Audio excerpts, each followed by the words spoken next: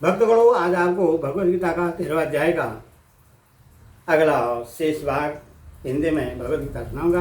आप लोग ध्यान प्रसन्न है और इस चैनल को लाइक सब्सक्राइब जरूर करें। सुनिए।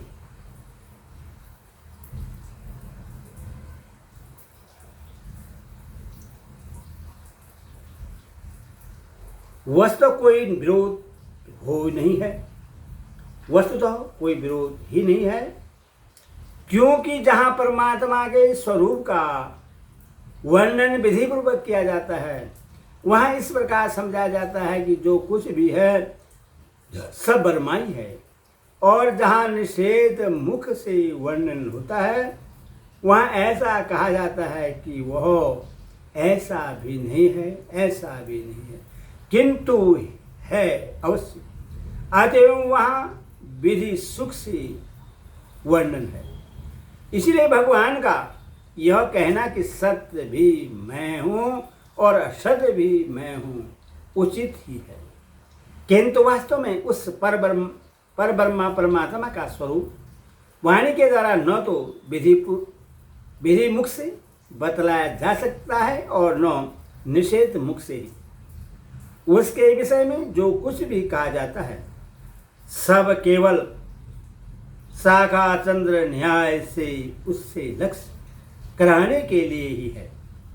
उसके साक्षात स्वरूप का वर्णन वाणी द्वारा हो ही नहीं सकता। श्रुति भी कहती है यह तो वाचो निवर्तनते अप्राय मनसा सह, अर्थात मन के सहित वाणी जिससे न पाकर वापस लौट आती है वह ब्रह्मा है। इसी बात को सर्वस्थ करने के लिए यहाँ भगवान ने निषेध मुख से कहा है कि वह न सत्य कहा जाता है और न असत्य ही कहा जाता है। अर्थात मैं जिस ज्ञेय वस्तु का वर्णन करना चाहता हूँ उसका वास्तविक स्वरूप तो मन वाणी का अविषय है, अथवा उसका जो कुछ भी वर्णन किया जाएगा उससे उसका तटस्थ लक्षण ही समझना चाहिए। इस प्रकार ज्ञेय तत्व के वर्णन की प्रतिज्ञा करके उस तत्व का संक्षेप में वर्णन किया गया है, परंतु वह ज्ञेय तत्व बड़ा गहन है, अथवा साधकों को उसका ज्ञान कराने के लिए सर्वव्यापकतावादी लक्षणों के द्वारा उसी का पुनः विस्तार पूर्वक वर्णन करते हैं। वह सब और हाथ पैर वाला, सब और नेत्र सिर और मुख वाला और तथा सब और कान वाला है, क्योंकि वह संसार में सबको व्याप्त करके स्थित है। वह सब और हाथ पैर वाला है। इस कथन का क्या अभिप्राय है? इस कथन से यह भाव दिखलाया गया है कि वह परब्रह्मा परमात्मा सब और हाथ वाला है। उससे कोई वस्तु कहीं से भी संप्रण की जाए वह वहाँ से उसे ग्रहण करने में समर्थ है। इसी तरह वह सब जगह पैर वाला है।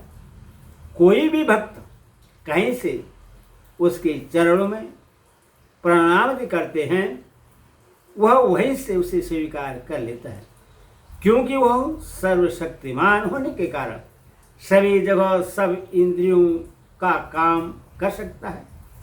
उसकी हस्त इंद्रिय का काम करने वाली ग्रहण शक्ति और पादेंद्रिय का काम करने वाली चलन शक्ति सर्वत्र व्याप्त है।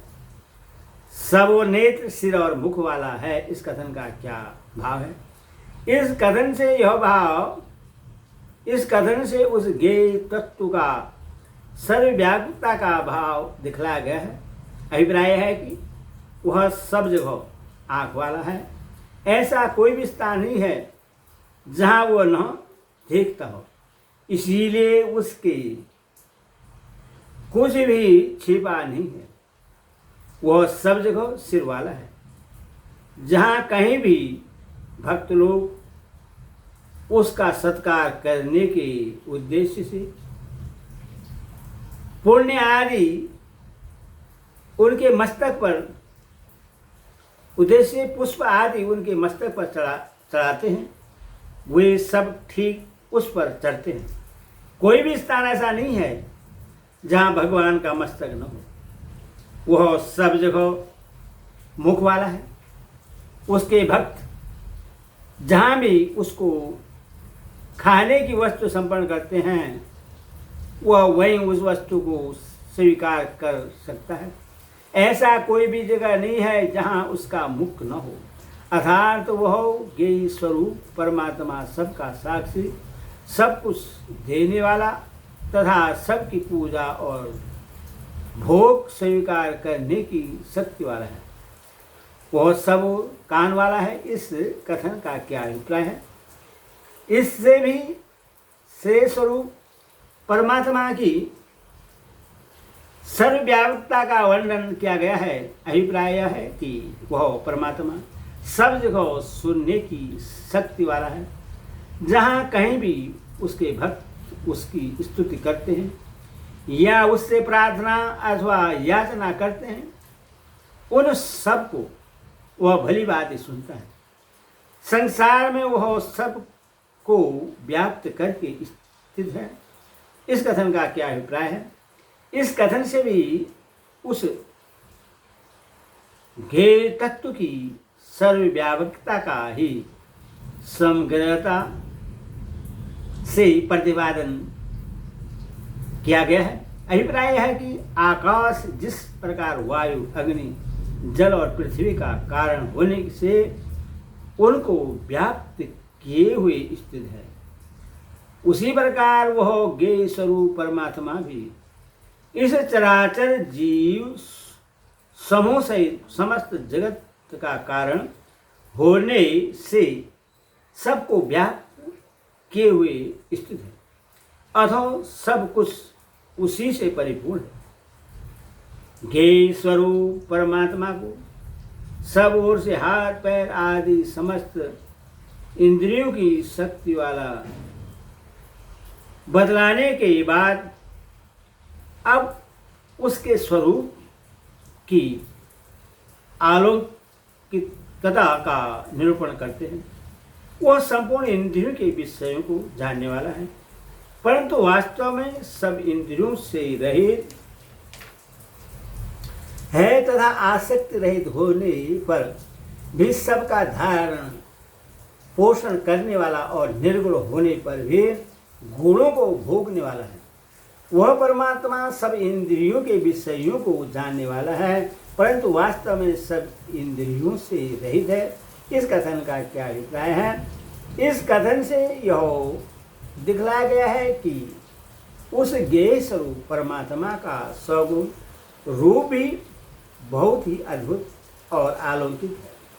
अभिप्राय यह है कि 13वें श्लोक में जो उसकी सब जगह हाथ पैर वाला और अन्य सब इंद्रियों वाला बतलाया गया है, उससे यह बात नहीं समझनी चाहिए कि वह ज्ञेय परमात्मा अन्य जीवों की भांति हाथ पैर आदि इंद्रियों वाला है। वह इस प्रकार की इंद्रियों से सर्वदा रहित होते हुए भी सब जगह उन इंद्रियों के विषयों को ग्रहण करने में समर्थ है। इसीलिए उसको सब जगह सब इंद्रियों वाला और सब इंद्रियों से रहित कहा गया है। श्रुतियों में कहा है वह परमात्मा बिना पैर हाथ के ही वेग से चलता है और ग्रहण करता है तथा बिना नेत्रों के देखता और बिना कानों के ही सुनता है। अतः उसका स्वरूप अलौकिक है। इस वर्णन में यही बात समझाई गई है। वह आसक्त होने पर भी सबका धारण पोषण करने वाला। इस कथन का क्या अभिप्राय है? इस कथन से यह बात दिखलाया गया है कि जैसे संसार में माता पिता आदि आसक्ति के बस होकर अपने परिवार का धारण पोषण करते हैं, वह परब्रह्मा परमात्मा उस प्रकार से धारण पोषण करने वाला नहीं है। वह बिना ही आसक्ति के सबका धारण पोषण करता है। इसीलिए भगवान को सब प्राणियों का सुहृदय अर्थात बिना ही कारण हित करने वाला कहा गया है। अभिप्राय यह है कि वह ज्ञेय स्वरूप सर्वव्यापी परमात्मा वास्तव में आसक्ति के दोष से सर्वदा रहित है, तो भी प्रकृति के संबंध में से उसका धारण पोषण करने वाला है। यही उसकी अलौकिकता है।